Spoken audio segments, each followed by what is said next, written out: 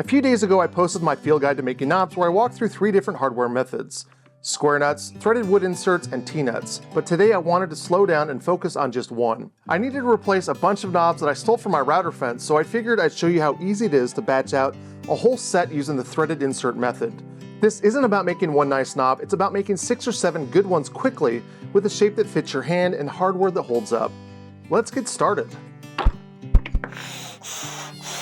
To make this knob, you're going to need a board that's at least 1 7/8 inches wide. It also needs to be thicker than the length of your wood insert. You need a circle of some kind, and it needs to be a smaller diameter, and some sticky notes. I'm going to come to my pad here. I'm going to make sure that I have the sticky side, and I'm going to start measuring it out. So 1 7/8 here, and then I'll do 1 7/8 on the other side. Connect my lines. And I'm going to do the same thing with the opposite side because I'm looking to get a square. And here we go. This is going to be the section right here that we work with. That's going to be the size of our knob. Now what I'll do is I'll come in here and go 1/8 inch all the way around, and you'll see what I'm talking about. Now we'll come in here and we'll draw a diagonal. And we're just more interested in that center. So one there and there. So this would line up on the 1/8 inch over here as well as over here. And then I'm just going to draw around it.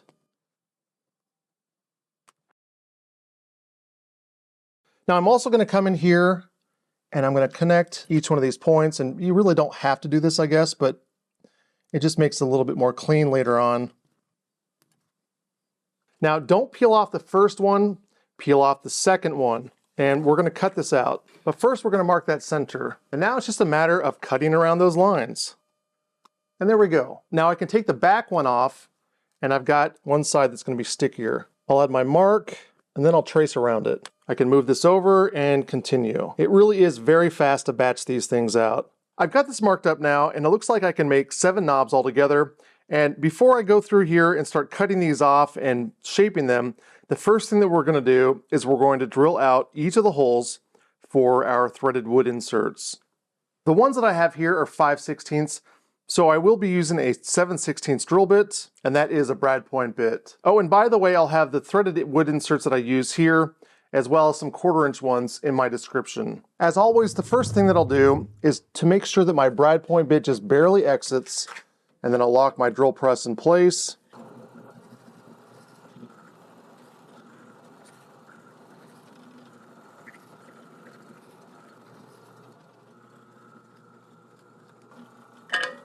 Before we add the threaded wood inserts, I will say that the Allen wrench that came with this, I've cut this off already, and this part I'm just going to add to my drill press. It makes it a whole lot easier to install these using the drill press than trying to use an Allen wrench. With this installed, I raised my table up as high as I could make it go, and I'm just going to place in my insert. What I find to be easy during the install is to place my arm over the top and then press down as I'm twisting. It also makes it a lot easier when the board is longer. It gives you a little bit of leverage to hold on to the end of the stock, but all I have to do is start twisting this, and if it starts getting hard, I can also twist the stock at the same time.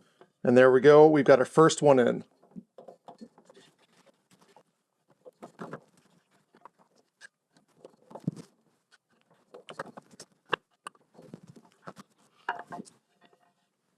With each of these done, I can head over to the bandsaw to cut them all out.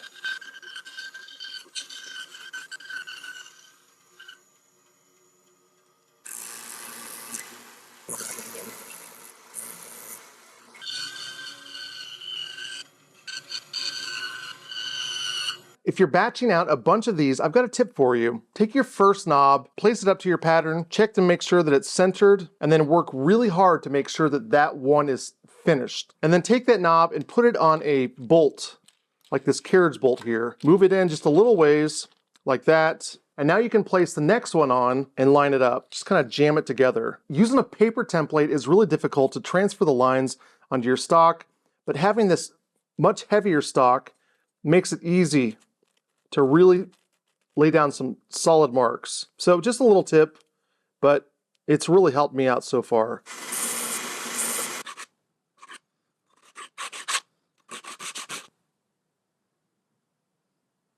Now you'll notice that most knobs have a shank, or what I call a neck. That neck does a lot of different things for us. One of the big ones is that it's more ergonomic to be able to use our fingers to twist it. It also directs the force to one point instead of dragging it across the entire knob, but it's really not something that you actually need to add to your knob. You can just use a washer instead, but I like to build mine into the knob, like this one here, and that's what I'm gonna do today. The thickness doesn't really matter that much. I'm gonna be using an 1/8 inch piece of stock, and I'll use a hole saw to drill it out. That'll give me my size as well as the hole in the center. If you're making just one knob, you can cut out a single piece like this, but since I am doing a whole bunch of them, I decided to glue these together, and I glued just the edges on each side. So the inside should not have any glue to it.